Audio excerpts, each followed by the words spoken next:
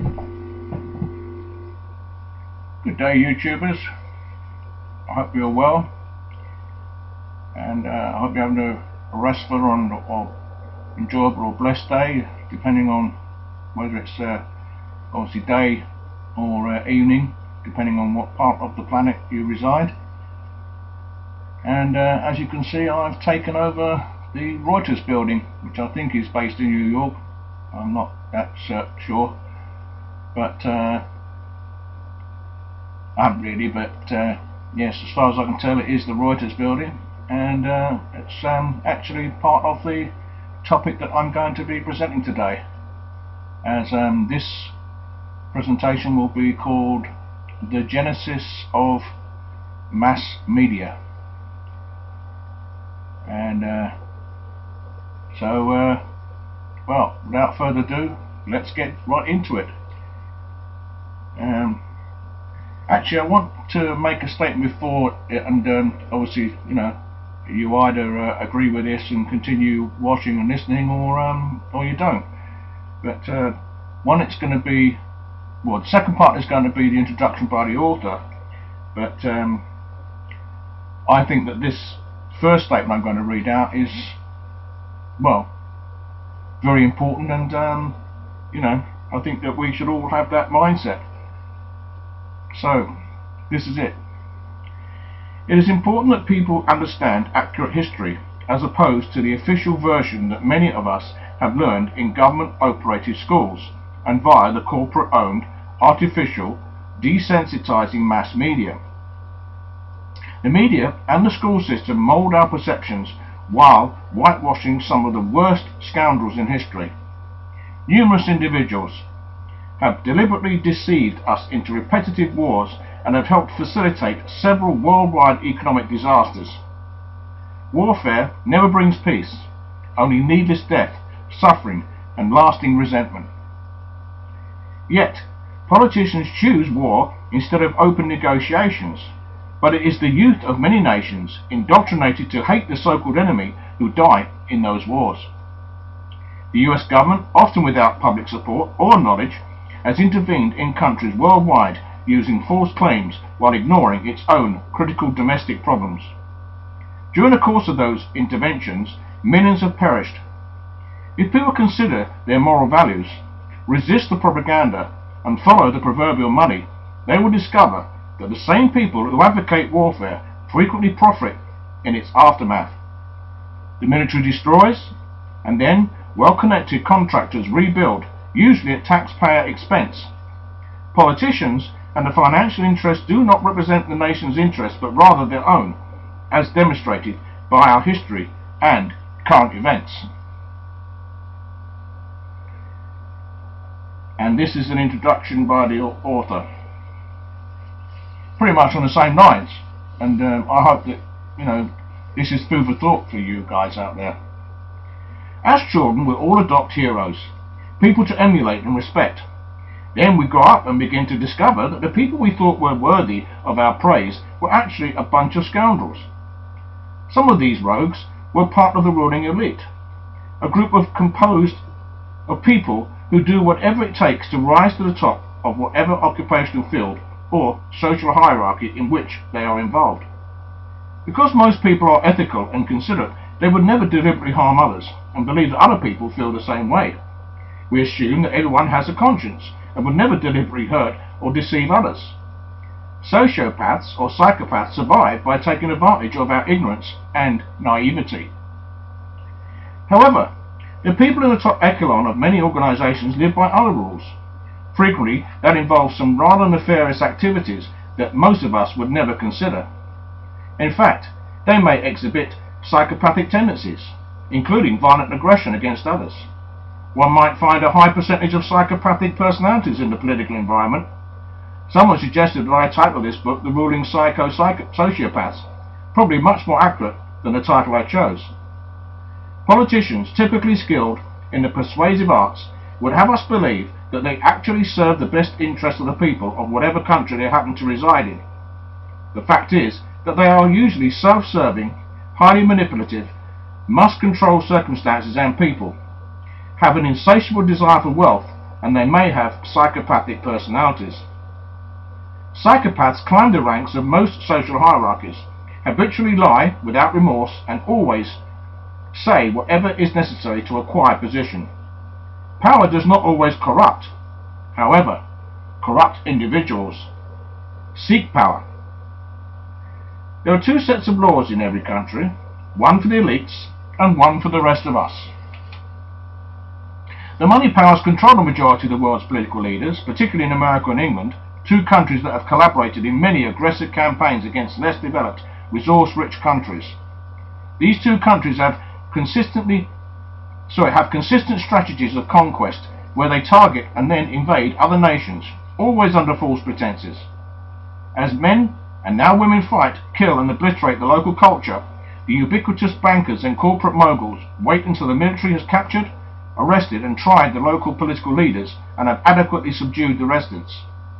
Under the auspices of restoring order, the victors occupy the country, impose a central bank, build military bases to protect the natural resources, and assume control of the political apparatus. Well-connected corporate interests then mine the gold, silver and minerals, extract the oil, coal and other resources using available low-cost labour. People, shaped by the media, soon forget the initial reasons for the invasion as other circumstances develop that require a continued occupation. An examination of unrevised history provides ample evidence of the long-term diabolical deeds of the elite classes in every country. Alternative information is available despite dedicated efforts to control information through compulsory education and the corporate-controlled media.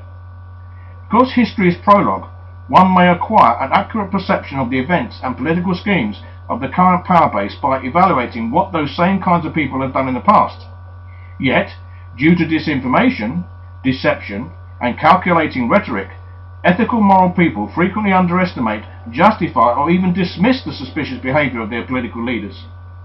Notwithstanding the election charade, I reiterate, presidential candidates with negligible exceptions are self-serving, power-hungry, parasitical people who the money powers have recruited, coached, and installed based on their compliance to the international bankers' profit-producing agenda. Their candidates receive the media spotlight and seemingly everything falls into place regardless of problematic qualifications. And as a side note, I'm sure you're aware that only recently speculation, rumour mongering, call it what you will, that there's this fear that America is going to go to war with China. Apparently they've been, sizing one another up with their military prowess, and see, this is the trouble. Like, you see, people, what is it? As the maxim says, the road to hell is paved with good intentions. Now, Trump got in, didn't he, on the ticket that he said he was going to make America great again. That he was going to bring jobs back into the country. He was going to make the country, a respected, producing nation. Yeah, as it used to be. And of course, thanks to past administrations, the deal has been that China has bought up a lot of America's debt, and so, America is in China's pocket. Yeah. Of course, now, because he's now saying, he's not going to be dealing with China in that way anymore, and that he's going to, have homegrown industry and that sort of thing. Well, as the saying goes, something's got to give, yeah. But of course, yet again, is this all just a charade? Yeah, is this yet another, war being started on a lie? This is the thing that you, the people, have to decide. Are you going to fall for their propaganda? Are you going to, take sides, or are you going to step back, look at both sides, and see the bigger picture? Because that's what you need to do. But as I'm learning at this very moment, there is a mindset in the majority of people that they will be willfully ignorant and will actually defend these things. Yeah? I'm sorry, but I have to go back and say, well, this is what the Bible said. Yeah, they said that this would be like in the last days. That people would be proud, haughty, lovers of self. Yeah, lacking affection, willfully ignorant. Yeah, choosing to believe lies than the simple truth. And I guess, I rest my case. But continuing with the author's introduction. International bankers fund the industrialists who control consumer energy. communications, transportation, pharmaceutical companies and resource production. Industrialists socially engineer the culture through their tax-exempt foundations, which influences our perception from kindergarten through to graduate school. The foundations control organizations like the American Medical Association, the American Psychological Association, other organizations staffed with so-called experts who disseminate and promote standards of behavior, medical practices and health standards, policies and procedures. Industrialists control the politicians, professional plunderers who, despite their rhetoric, only pretend to serve the public interest while lining their own pockets. Members of Congress enact legislation based on what thousands of industrial lawyers come lobbyists concoct, often without so much as a glance at what they are signing. Representative government ends when the polls close. Given the predominance of court historians, one must carefully compare America's actual history, not the one promoted in government schools, with his or her own value system. We cannot recognize where we are going or what we have become unless we know what the politicians have perpetrated against others in our name. Almost without dissent, we gradually accepted the transformation from an isolationist nation that purportedly encouraged the rights of self-government into a population that allowed greedy industrial interests to control our political systems, our educational systems, and our religious systems in order to create an expanding globalist empire. In the process, we have sacrificed our principles, our liberties, and have become self-righteous instead of righteous. The attributes of exclusivity and self-righteousness are as offensive in nations as they are in individuals. The elite feel compelled to exercise authority and control over humanity. In order to manipulate the lives of the world's people, they find it is essential to plunder, regulate, and selectively distribute the Earth's resources, food, water, and shelter, and the means to obtain those necessities. The elite consider many of the world's peoples expendable and categorize them as consumers, commodities, slaves, or useless eaters. To facilitate the nefarious worldwide hegemony, the elite purchase or seize domination within existing governments, or they take control under the guise of establishing freedom, democracy, or emancipating people from dictatorial control or the potential invasion by some tyrannical group, usually one that the elite created and controlled. Full implementation of a one-world government requires the annihilation of all defined governments in conjunction with the establishment of central banks controlled by the international banking elite. The enforced establishment of a new world order depends on our duplicitous military involvement, for we are currently the military minions of the powerful elite. So whether you agree with that or not, that's your choice, but if you don't, then I suggest you leave now, yeah, because I'm now going to present to you the history of how media was created, yeah, and like most things, yeah, it began in America, yeah, and then was exported to the rest of the world.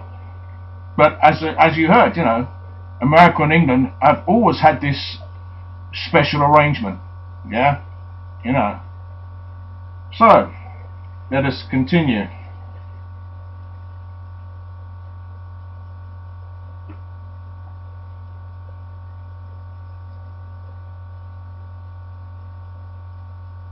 So I'm just about to find the page. I did have it earmarked or bookmarked. Strange bookmark, actually.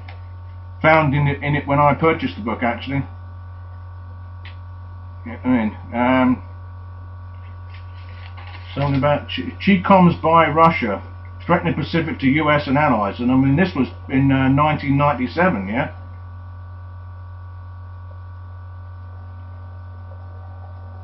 Right. Oh, so they purchased China purchased an aircraft carrier from Russia. Yeah, confirming the worst fears that Peking plans to project its naval power into the Pacific. Yeah. With a so-called blue water fleet.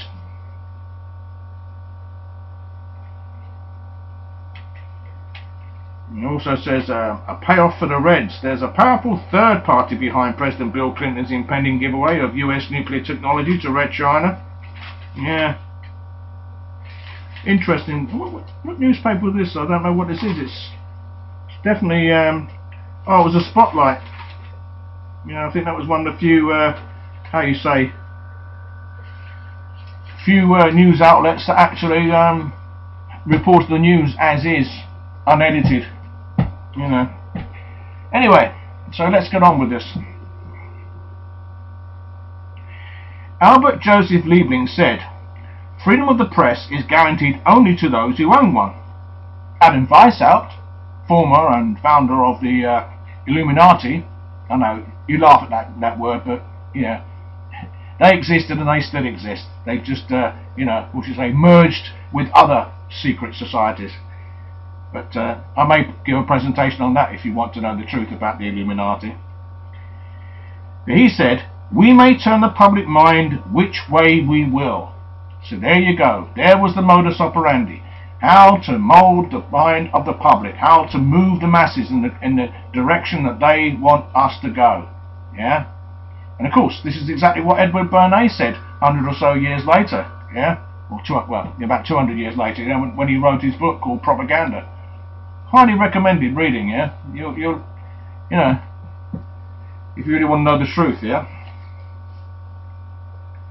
Johann Carl Friedrich Gauss, of 1777 to 1855, attended the Collegium Carolinum, which is now known as the Technische Universität Braunschweig, from 1792 to 1795, and then studied at the University of Göttingen from 1795 to 1798. Gauss, a brilliant German mathematician, became a professor of astronomy and director of the observatory at the University of Göttingen. Lionel Nathan de Rothschild's alma mater. Surprise, surprise. Not only was he, quote, the prince of mathematicians, he was an exceptional scientist who contributed to number theory, statistics, analysis, differential geometry, geodesy, geophysics, electrostatics, astronomy, and optics. Gauss, a child prodigy, by age 21, in 1798 completed his book called Disquisitiones Arithmeticae, or Arithmetical Investigations, which he published in 1801. His work consolidated number theory as a serious discipline and shaped the mathematical sciences of today. In 1831, Gauss collaborated with Wilhelm Weber, the physics professor, working with magnetism, the unit of magnetism in terms of mass, length and time, in conjunction with Kirchhoff's circuit laws in electricity. In 1833, they constructed the first electromechanical telegraph and connected the observatory with the Institute for Physics in Göttingen. Gauss instructed the workers to build a magnetic observatory in the garden of the observatory. He and Weber founded the Magnetischer Verein, or Magnetic Club, to substantiate the measurements of the Earth's magnetic field in several areas throughout the world. Gauss developed a way of measuring the horizontal intensity of the magnetic field and devised the mathematical theory for separating the inner, core and crust, and outer, magnetospheric sources of Earth's magnetic field. In 1833, Gauss and Weber installed the first operational electromagnetic telegraph between the Pauliner-Kirche, the historic city centre of Göttingen, and the observatory. This invention is the foundation for electronic data transmission, which now encompasses fax, text messaging, and the Internet.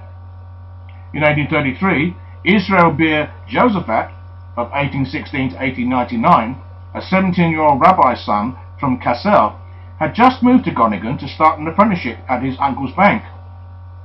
In addition to his banking apprenticeship, he evaluated, deliberated and worked on a way of exploiting Gauss and Weber's inventions to improve communications. Certain people have a propensity, a skill that they have finely tuned wherein they, like predatory parasites or leeches, extract and exploit the ingeniousness of others for their own benefit and potential profits. Thereafter, they utilize the technology and the resulting profits to manipulate and control the populace. Josephat emigrated to Britain in October the 29th of 1845, where he called himself Joseph Josephat. A Lutheran priest baptized him as a Christian on November the 16th, 1845. He changed his name to Paul Julius Reuter during the ceremony at St George's German Lutheran Chapel in London.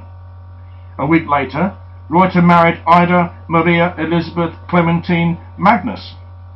In 1847, they left London and went to Berlin, where he bought into a bookstore that Joseph A. Stargard originally started in 1830, which he sold to another individual before Reuter entered the picture. Reuter retained the name Reuter and Stargard, and then began providing published materials in support of a socialist revolution, which started in Germany with large demonstrations on March 13, 1848. Because of his publishing of several political pamphlets, he had to flee to Paris, where he worked in the Charles Louis Havas of 1783 to 1858 news agency. Agence Havas, established in 1835, in 1850 he went to Aachen, North Rhine-Westphalia, and founded a news agency and a pigeon post service to bridge a gap in the telegraph line between Aachen and Verviers, Belgium. He also used the central telegraphic transmission until communication between the two nations ended about a year later. In early 1851, Werner Siemens advised Reuter to relocate to London, where they were constructing a cable under the English Channel. In April 1851, Reuter wrote to Nathan Mayer Rothschild and Son in London with a proposal. Should you favour our service for the transmission of the Berlin and Vienna exchange rates, we would pledge ourselves not to give the service to any other London house, and moreover, we would refund you for any cable not arriving at the fixed time. In June of 1851, Reuter returned to London, the safe haven of several other refugees who fled from European countries after participating in revolutionary activities against their governments. On October 10, 1851, he established a telegraph office near the London Stock Exchange. He transmitted market quotations between London and Paris using the new telegraph cable under the English Channel that opened on November 13, 1851. On the 17th of March 1857, Reuter became a naturalised British subject. By 1858, he had persuaded the London Times and other newspapers to subscribe and publish his news dispatches. His services became indispensable to the entire British media. In February of 1865, Reuter reorganised as Reuters Telegram as a joint stock company which he solely managed. He sold shares and personally pocketed £65,000. Bankers and traders in India and China comprised the board of directors of the new company. He intended to open the Asian market to his wire service. On April 26, 1865, Reuters was the first European news agency to report Lincoln's assassination. He opened an agency in Alexandria, Egypt. He laid telegraph cables across the North Sea to reach Germany and France, and then started service to the US. He had service to the Far East by 1872 and to South America by 1874. Reuters' principal competitors were Havas of France and Wolf of Germany. Dr. Bernhard Wolf, son of a Jewish banker, founded Wolf's Telegraphische Bureau in 1849.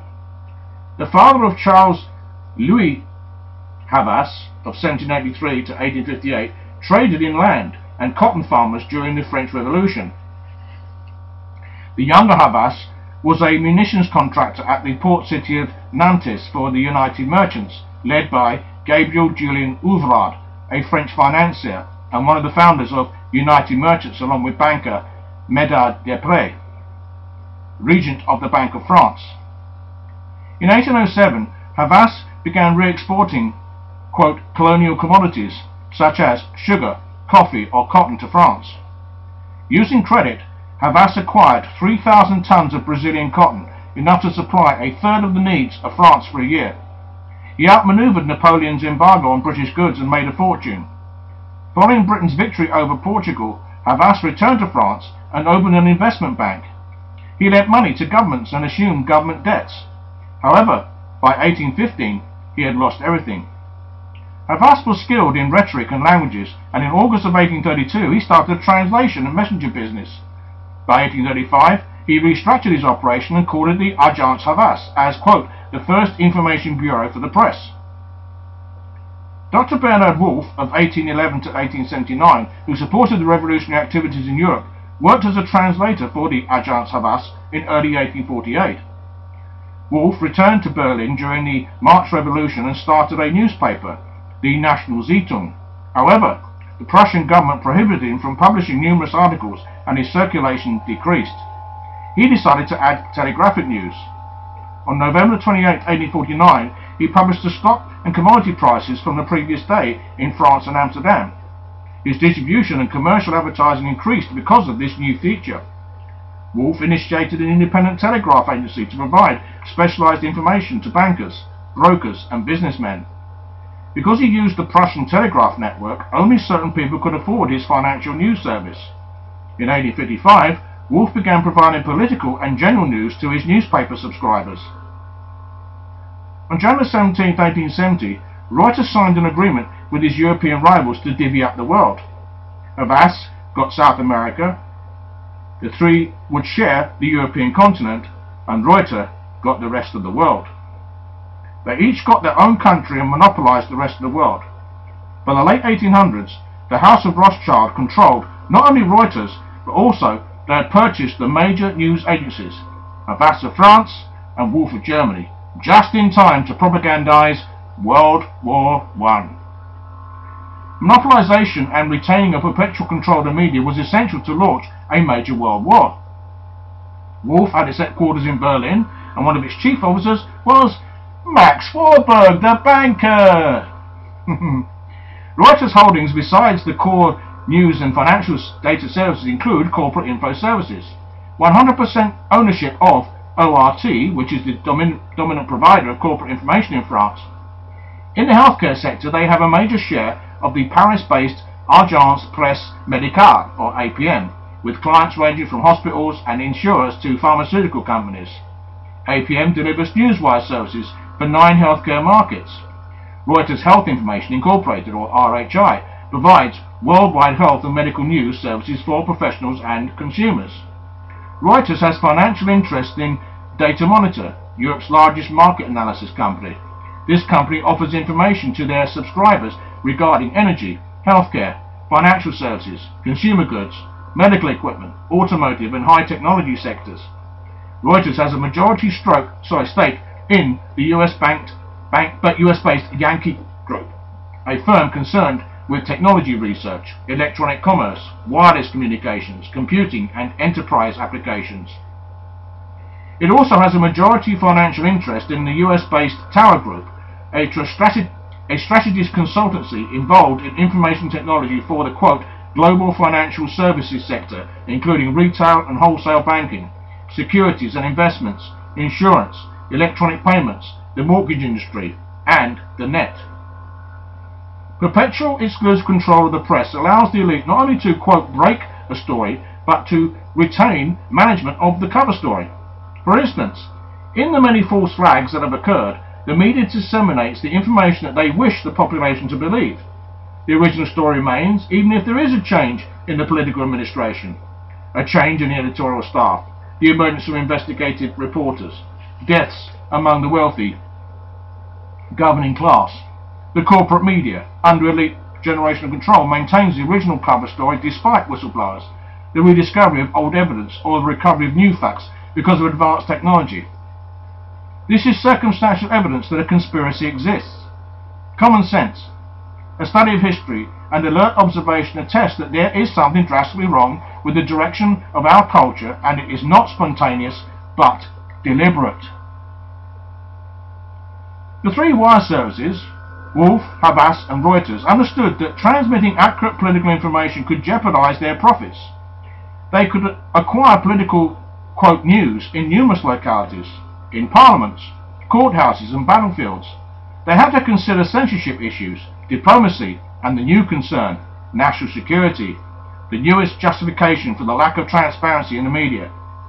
This was especially the situation as Europe's imperialists, specifically Britain, targeted resource-rich countries around the world. The competitive political environment with multiple parties and numerous issues was another challenging arena to cover. Profitability was always a consideration, and they discovered that their greatest returns came from accommodating finance and business. If they elevated their reporting standards to suit the average readership of a member newspaper, then subscription rates might decrease, given the ownership of the majority of newspapers. Moses Yale Beach, a Connecticut native whose mother was a relative of Elihu Yale, left Connecticut for New York in 1834, and by 1835 he owned the New York Sun newspaper, first published on September 3, 1833. Truth was optional in many newspapers of the day, and every paper should have carried the warning, "Readers beware." He later proposed a joint venture to other New York newspapers in which they collaborated to establish the Associated Press, or AP. They issued the first dispatches about the Mexican-American War on May 29, 1846. On June 5, 1846, telegraphic communications between Washington and New York were established. The New York-Boston Telegraph Line went into operation on June 27, 1846. The presidential election of November 7, 1848 was the first election in which all of the states voted on the same day, and the first election that utilized the telegraph to gather the returns. Newspapers abandoned their competitive differences, and the Associated Press of New York added other papers. Owners incorporated AP in 1848 as the Associated Press of New York, which is located at 50 Rockefeller Plaza. By 1850, the group's first paying customers received access to AP dispatches for a fee. By 1850, other newspapers throughout the country paid for AP dispatches. During Lincoln's War, politicians mobilized the Union's press to sustain the army and disseminate their ideology through a relatively well-established press. AP reporters covered every major event in the war. It was the first war in which individuals reported the news instantaneously. Reporters sent their stories to AP's Washington, D.C. agent, Lawrence Gobright, who telegraphed them to New York. In October of 1861, workers completed the telegraph network in the West, which stretched from Omaha to Carson City, Nevada. On July 28, 1866, a telegraph cable linked Europe to North America, and people were able to transmit 8 words a minute. Despite objections from Western Union, AP leased its first telegraph wire, a 226-mile circuit between New York, Philadelphia, Baltimore, and Washington. Reuters and Havas collaborated to purchase Wolf's wire service. In March of 1865, Wolf allegedly approached the King of Prussia, Wilhelm I, in an attempt to prevent the takeover. Wolf reminded Wilhelm of the, quote, political importance of maintaining the wire service. If Havas and Reuters accomplished their objective, foreigners would provide Prussia with its political information. Wilhelm I appealed to some bankers in Berlin.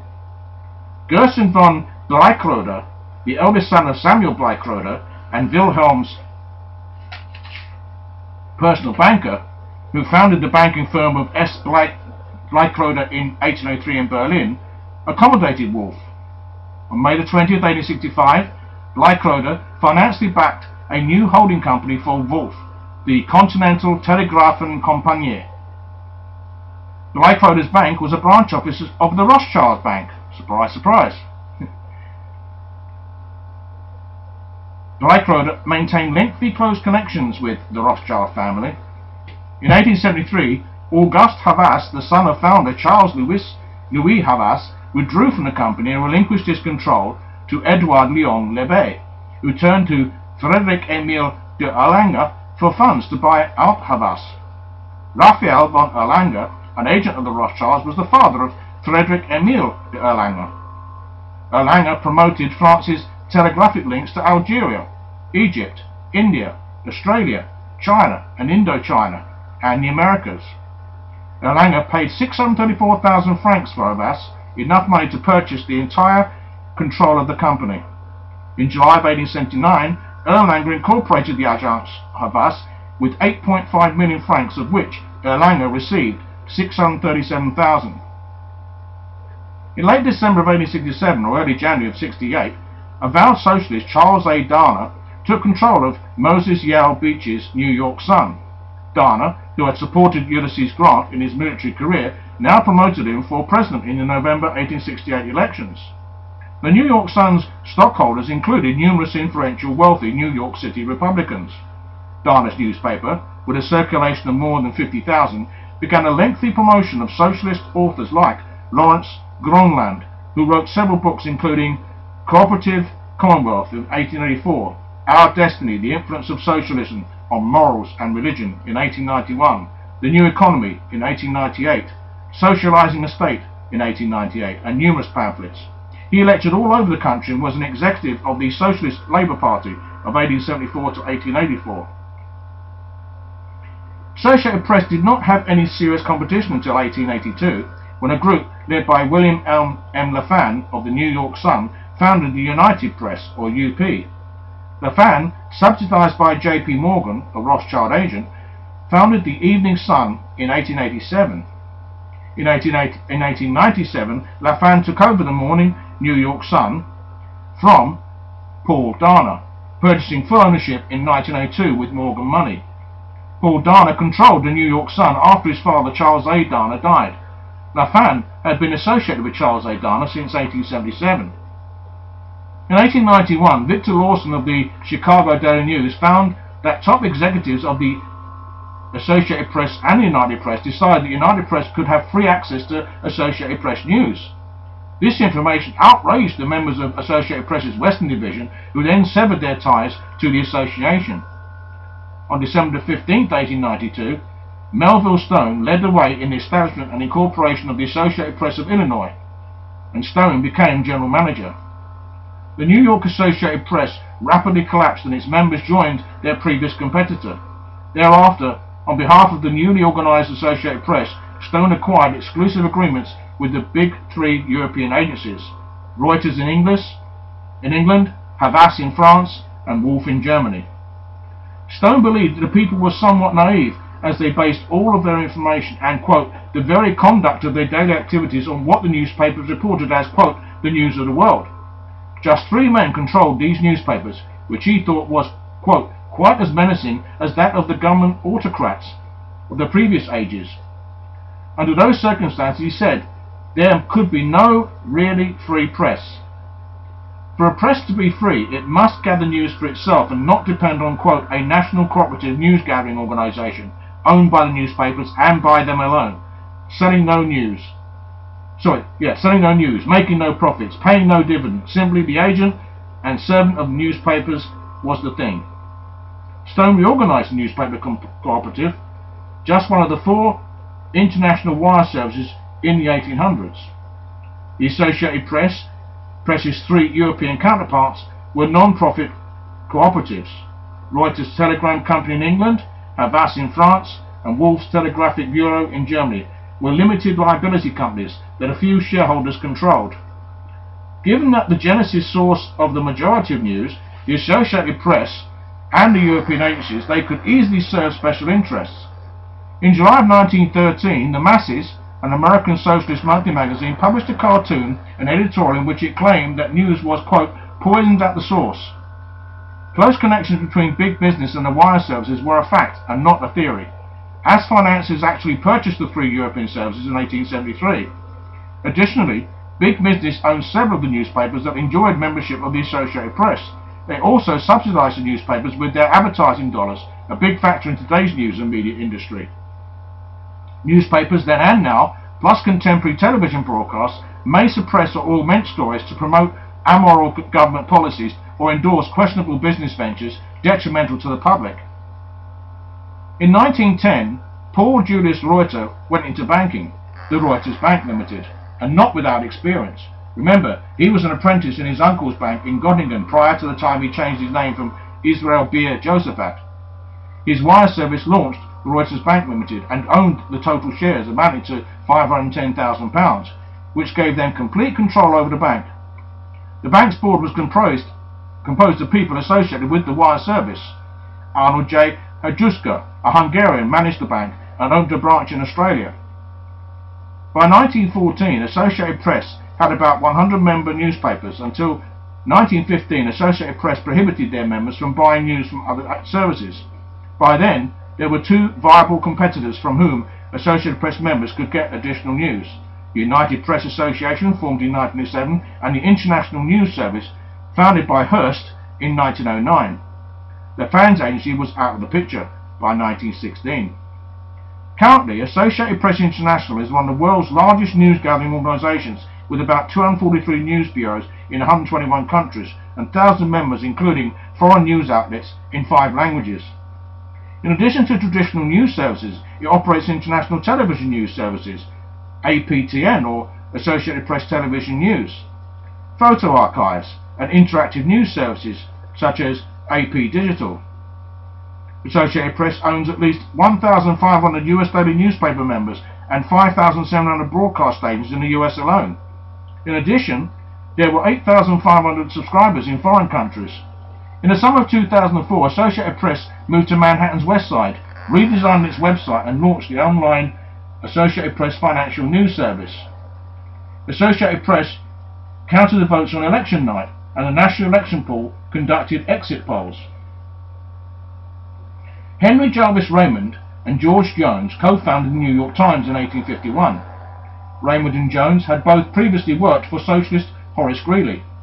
When Raymond died in 1869, Charles Miller, the editor-in-chief, ultimately gained control of the paper in the 1890s.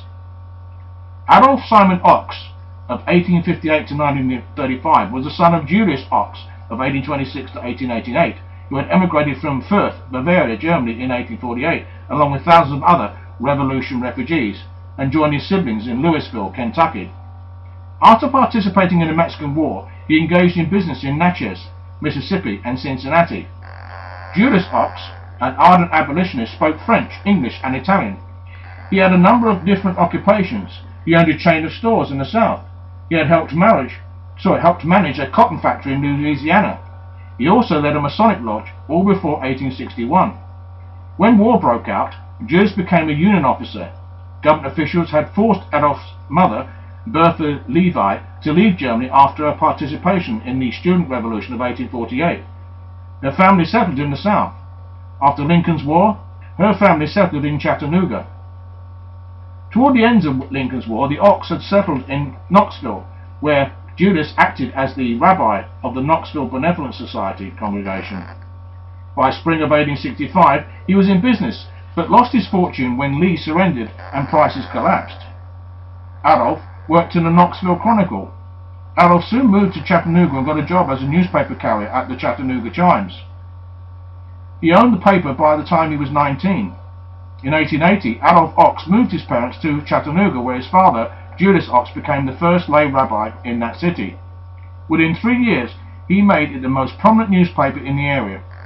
In 1883, Adolph married Effie Miriam Wise, the daughter of Rabbi Isaac Mayer Wise, who immigrated to the United States in 1846.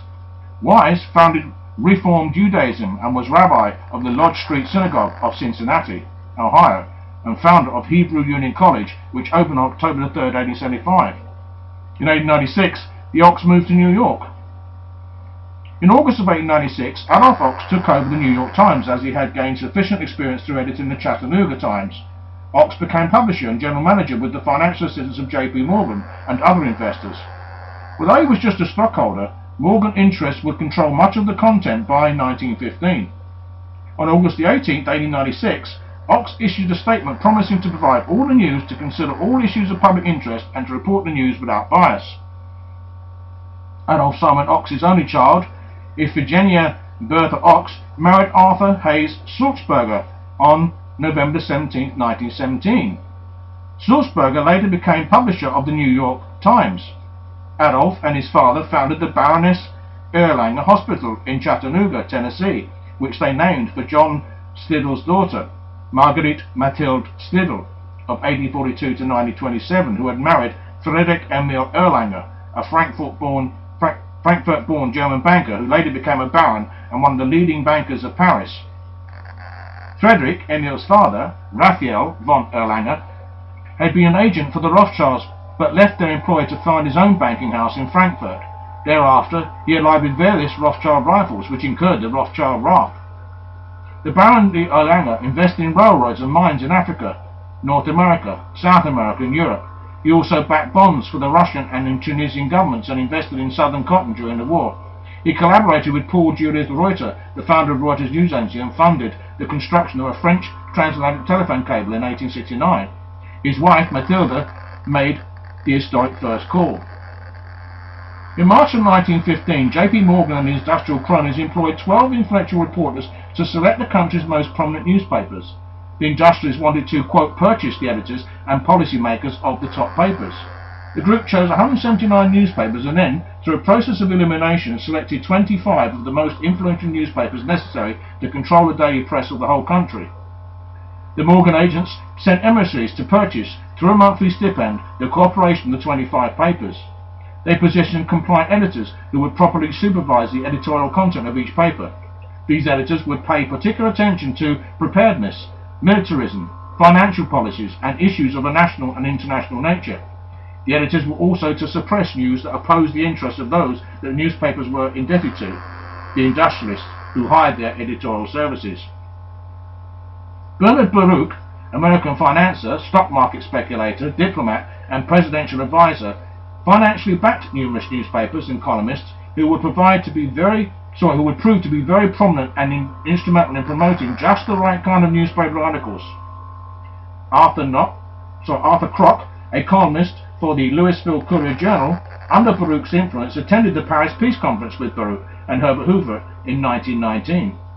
Baruch convinced Adolph Ox, publisher of the New York Times, to hire Crock, who then reorganized the New York Times Washington Bureau in 1932. In 1926, Baruch had invested $50,000 to assist David Lawrence to found the United States Daily, which became United States News, and after World War II, USA News and World Report. Baruch also financed Maxwell Lincoln Schuster and Dick Simon to form Simon & Schuster. Baruch also made investments in Vogue, Vanity Fair, Rally News and Observer, Our World magazine, and others. Simon & Schuster grew to include 7 divisions, which include the Adult Publishing Group, Children's Publishing, Audio, Online, United Kingdom, Canada and Australia. Their imprints and brand names include not only Simon & Schuster, but Scribner, Pocketbooks, Downtown Press, The Free Press, Aria, Fireside, Touchstone, Washington Square Press, Athenaeum, Margaret K. McElderry, Aladdin Paperbacks, Little Simon, Simon Spotlight Entertainment, Star Trek, MTV Books, and Wall Street Journal Books. So there you have it. That's how our media was formed over time. Yeah? The people behind it, the manipulation that took part, yeah? So, you have to decide now. Are you going to read their lies, or are you going to,